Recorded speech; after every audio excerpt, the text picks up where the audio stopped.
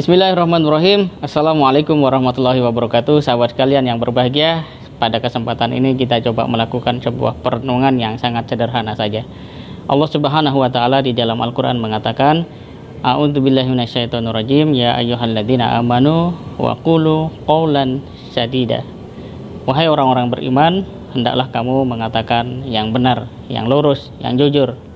Ini sebuah ayat yang sangat simpel, sederhana, dan anak-anak kecil pun tahu bahwa kita harus berkata jujur. Permasalahannya adalah implementasi jujur ini ternyata nggak mudah. Bagi siapa? Bagi orang yang suka melihat bahwa keuntungan bagi dirinya itu adalah segala-galanya dibanding yang lain. Padahal setiap kali orang memandang keuntungan hanya pada dirinya, di saat dia berada posisi yang dia menentukan nasib banyak orang, itu hanya akan menjadikan dia justru terbalik alias tidak beruntung. Apakah Fir'aun beruntung dengan kekuasaannya yang hebat?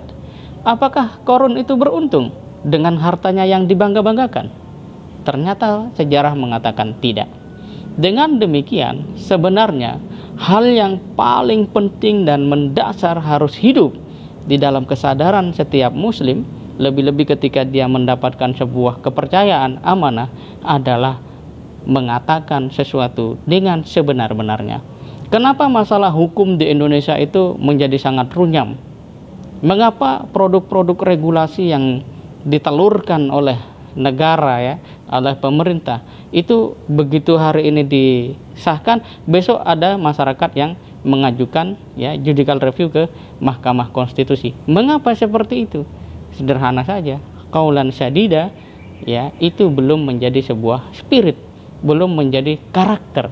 Sehingga kalau kita lihat dalam konteks yang lebih konkret lagi, itu banyak nanti kita bisa temukan bagaimana seorang pemimpin menempatkan bawahannya di sebuah bidang amanah tertentu. Misalnya kalau kita mau berkata jujur, misalnya, ya, konteks menteri olahraga, kepemudaan, dia ingin menjadi orang yang bisa membawa harkat dan martabat bangsa ini naik, pada saat yang sama menterinya adalah orang yang tidak mengerti tentang kepemudaan, tentang olahraga.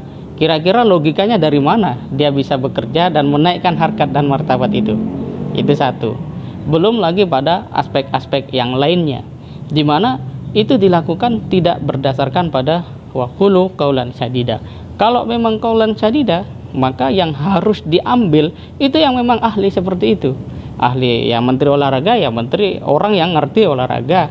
Menteri keuangan, ya, ngerti tentang keuangan. Keuangan rakyat, bukan keuangan soal hutang berhutang, kemudian diberi apresiasi oleh negara lain, sementara rakyat di Indonesia tidak merasakan manisnya uang yang semua orang mencari. Padahal Indonesia pusat sumber daya alam misalnya. Itu sebuah contoh saja.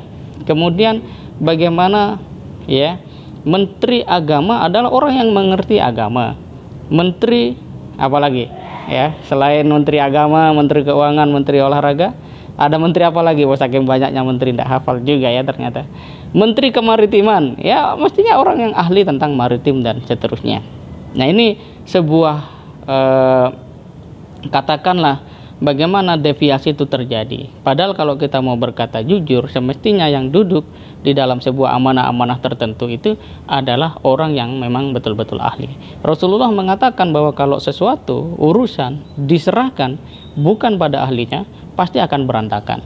Nah, ini masalah sekarang adalah banyak orang tidak ahli, banyak tidak mengerti, tapi percaya diri mengajukan diri untuk memimpin. Ini ada apa gitu kan? Ini soal apa? Nah, kalau kemudian budaya yang seperti ini saja tidak berhasil kita ubah dalam diri kita, dalam keluarga kita, dalam masyarakat kita, maka dari mana bangsa Indonesia ini bisa menjadi unggul? Jadi kita nanti akan menjadi, kalau seperti ini terus, ya, akan menjadi negara yang jargonnya banyak, produksi jargonnya hebat-hebat, tapi kemudian keropos, nggak ada yang menjadi sebuah karakter di dalam masyarakat itu sendiri. Bukankah kita sama-sama mengerti bahwa ada program revolusi mental, tetapi mental mana yang kemudian bisa diubah? Mental mana yang kemudian mengalami sebuah revolusioner di dalam penegakan hukum misalnya, di dalam kedisiplinan keuangan misalnya, di dalam keberpihakan masalah regulasi misalnya. Nah, itu semua adalah sebuah gambaran Karena sebuah dasar yang sangat kecil, berkata jujur itu tidak dilakukan alias ditinggalkan. Dalam konteks rumah tangga saja, kalau sudah tidak ada kejujuran, itu pasti akan terjadi keretakan. Bagaimana kalau di dalam konteks yang lebih besar dari itu? Oleh karena itu, sahabat kalian yang berbahagia, mengkaji, membaca Al-Quran di bulan suci ini sebenarnya adalah cara, ya, atau kalau kita mau lihat itu sebagai sebuah undangan, itu adalah undangan dari Allah yang kemudian dihidangkan, ya, input-input yang kalau kita baca dengan baik itu akan mengembangkan kecerdasan kita, dan kalau kita amalkan itu akan melahirkan sebuah maslahat besar.